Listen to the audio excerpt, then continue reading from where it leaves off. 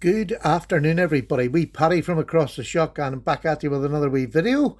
I hope you're liking this new camera I've got. I think the picture is much better and clearer, but you can let me know down below if it does.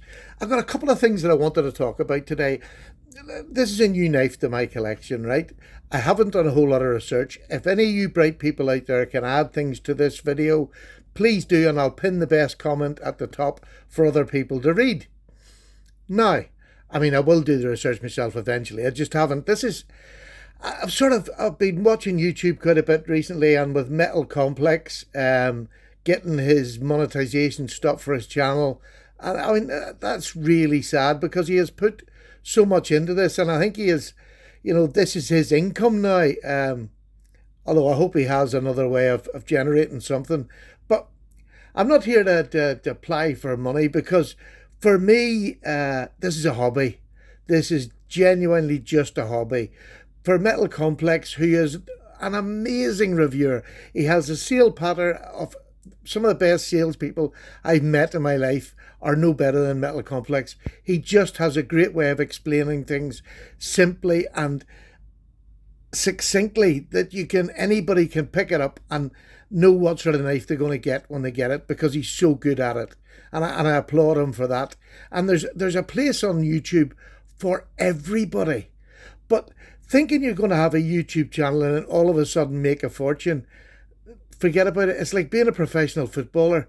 There's the odd one or two will make money, enough money to make this, part of their job, but are very few. The rest of us are just doing this for the hobby. We lose money like you do in every other hobby. You have to be prepared to lose what you have, and depending on your finances, how much you can lose. And I have no way gained money. I have been gifted beautiful knives in my time, knives that I probably would never have got had I just done it on my own, I think. But, my circumstances changed where I have a little bit more free cash now.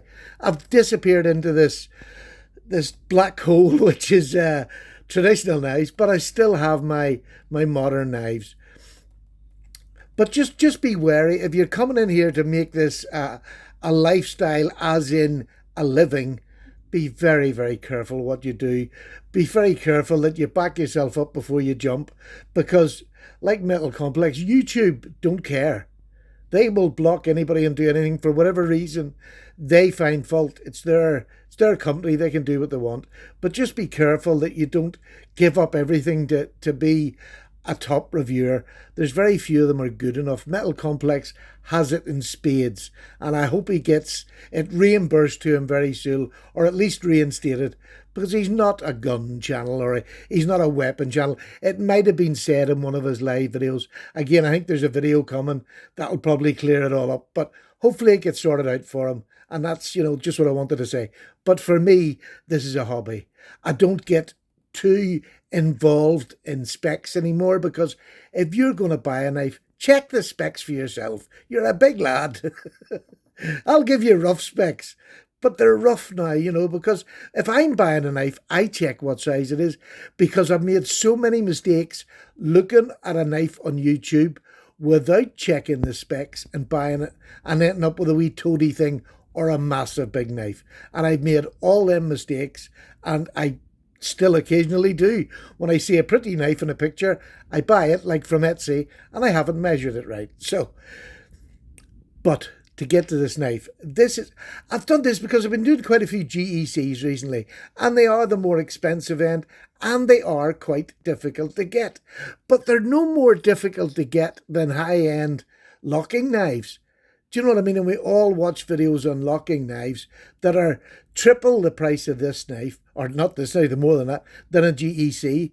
But if it's your hobby and you want to collect GEC, you have to spend time finding forums, finding places to go where you can buy at reasonable prices. Because especially if you're overseas, to get on the shipping list over in America is nearly impossible.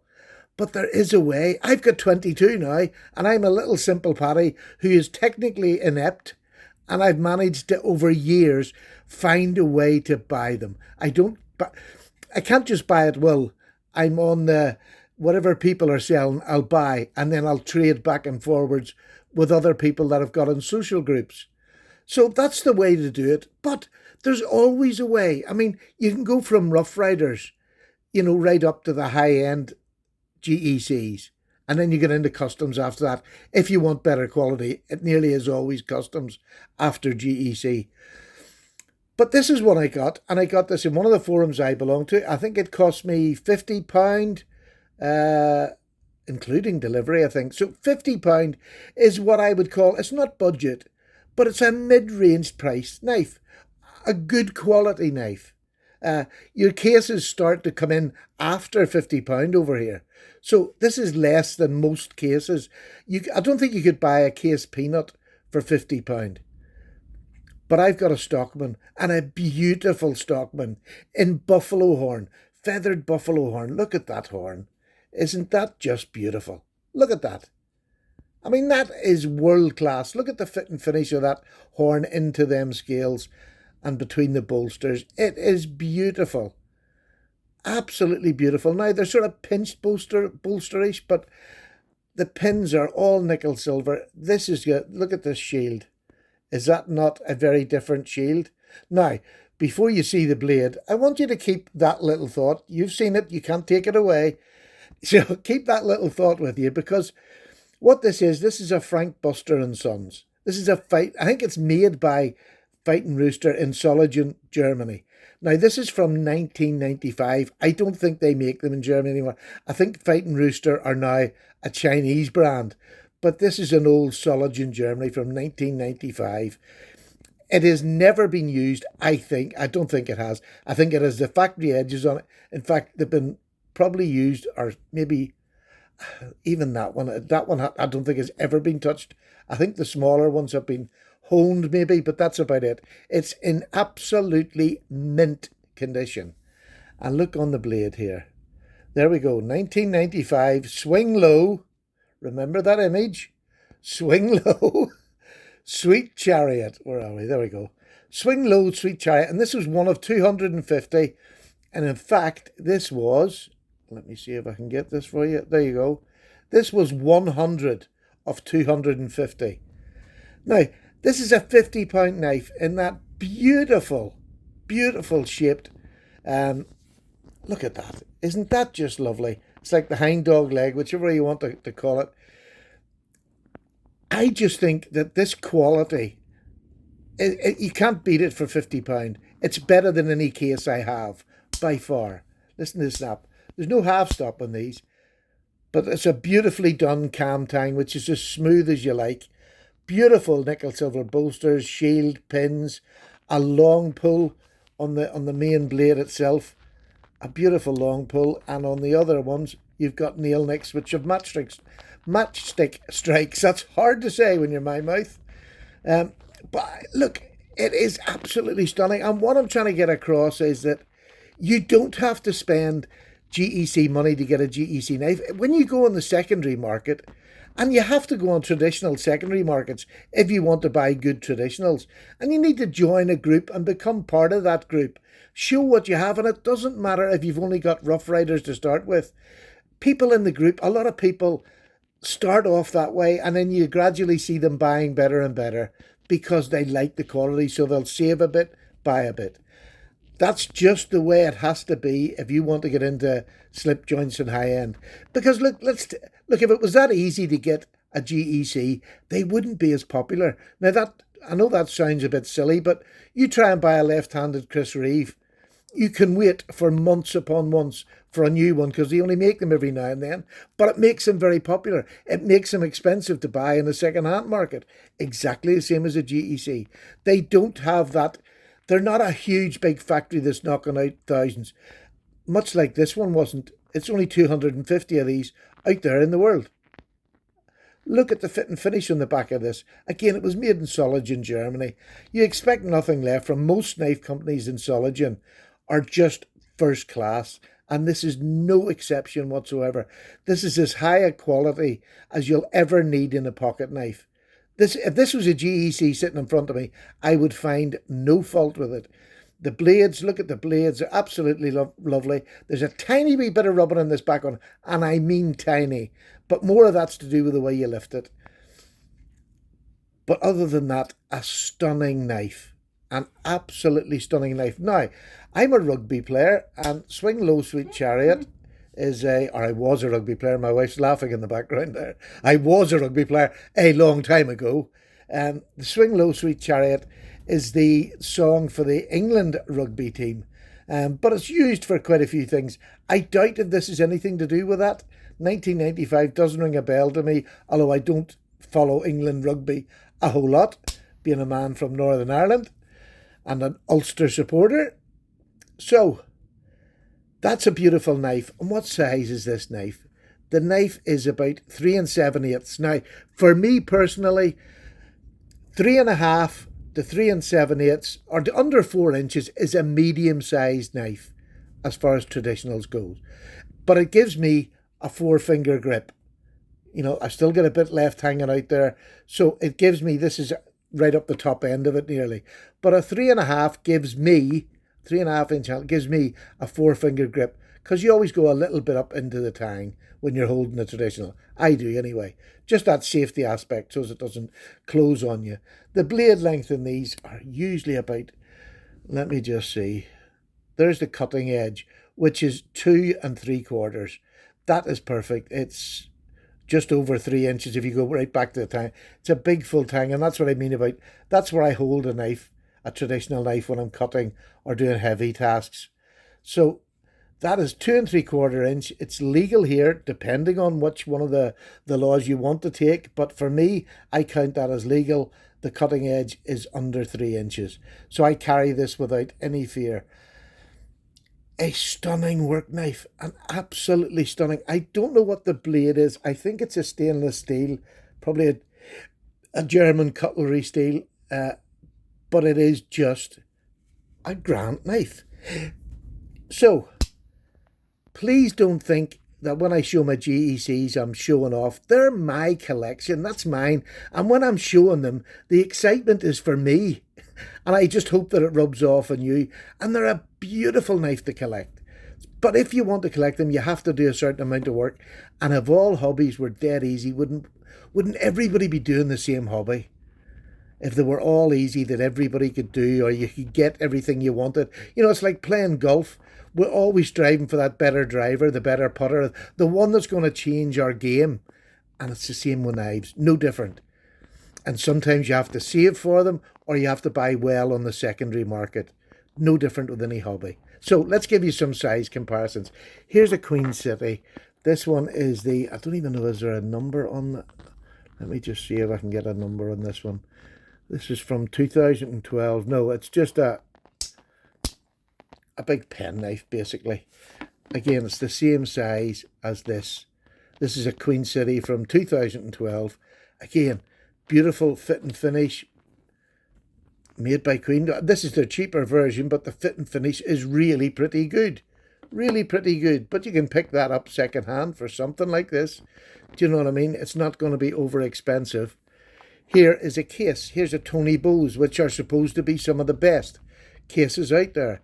This is in ebony. It's a beautiful knife. This is one that he had made for one of the shows, and I can't remember what the show was. There's his signature on it.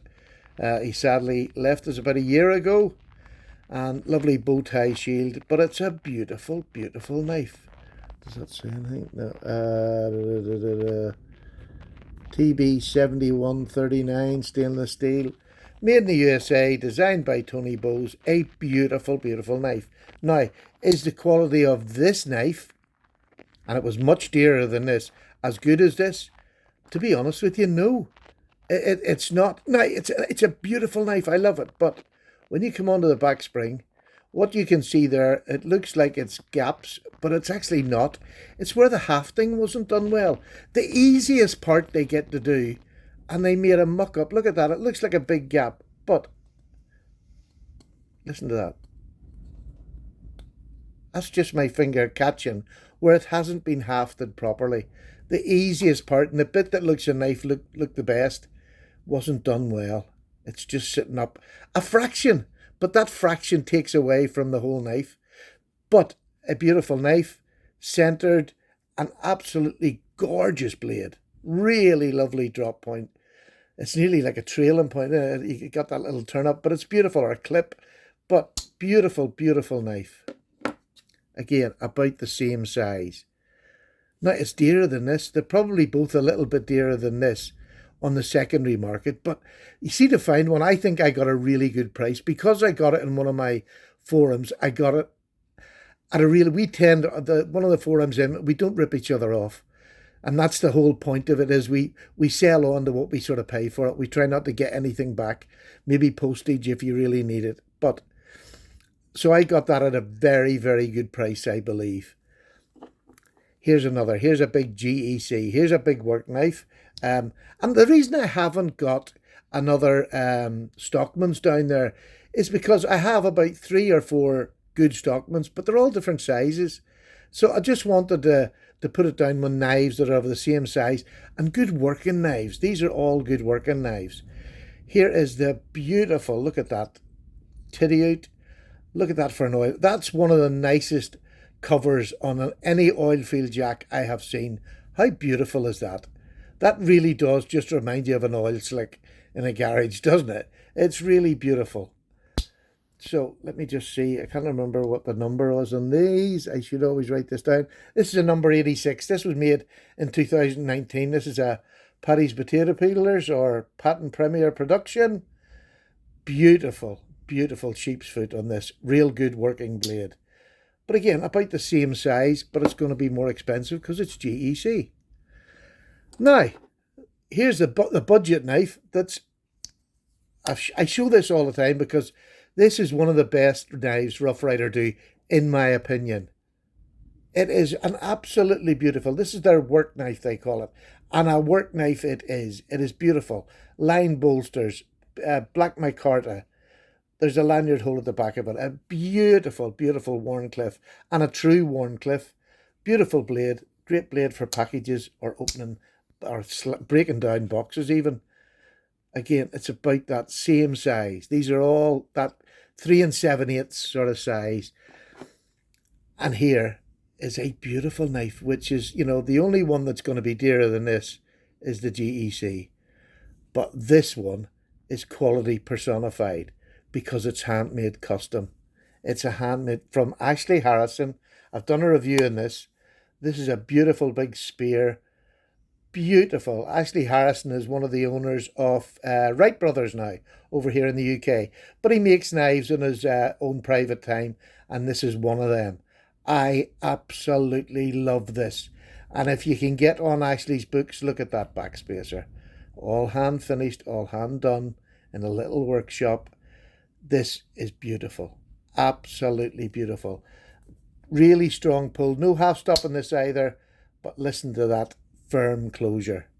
So there you go. There is half a dozen knives there. The GEC, yes, is the dearest, but you can go to any range. This is £23 in a denim micarta now. £23. So don't let anything stop you coming into the traditional knives just because I can't afford GEC, but you can afford other ones. And that's how you start and trade back and forward and save and buy a wee bit more. To me, the choice, the variety is so much better. And for my budget, and this is why I started off with this talk about money in YouTube. For my budget, I can comfortably afford to buy, I can comfortably afford to buy 1 GEC a month. Comfortably.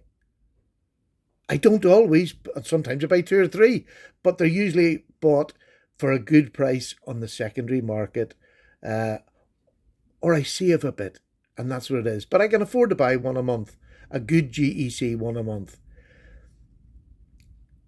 So my collection will grow, and it'll grow with me.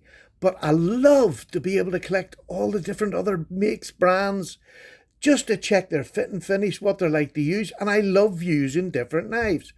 Most of my this is just one that I use a lot because it's just a super work knife. I eat meat with this.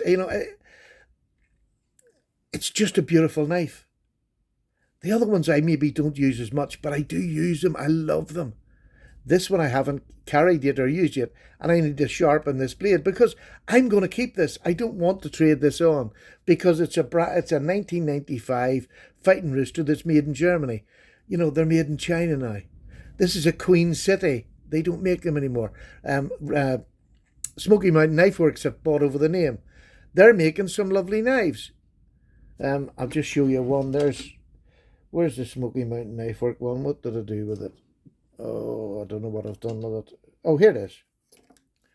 Here's another one. There's one there. That's Smoky Mountain Knife Work making a Queen knife. You know, which is supposedly the upper of this because you have the ring bolsters. But the quality's nowhere near the same as the old Queen City. So, you know what I mean? There is a difference, but then this is so much cheaper. This is so much cheaper, but looks every bit as good. Look at that bone. Ring bolsters. Fit and finish. It's absolutely fine on this. Absolutely fine. Stunning knife for the money. Stunning knife. So there you go. I've waffled on long enough. And I know I keep harping on, but I want more people in this sort of a hobby. One, it's cheaper if you don't have a big budget. And I love seeing channels start up with cheaper brands of knives. You know, try not to buy all. I see an awful lot of people, they buy all the one sort of, well, you can do that if you want to, pattern. But I love all the different patterns. I love all the different bone covers, the wood covers, the acrylic covers. And it gives me such a range. And when I see something that comes up at a good price, I'm not too worried, oh, that's not one that I collect. If it's pretty and it's nice, I get it. Right, rant over, Paddy's away. Thank you so much for watching. Have a happy Sunday night. Take care now. Bye-bye.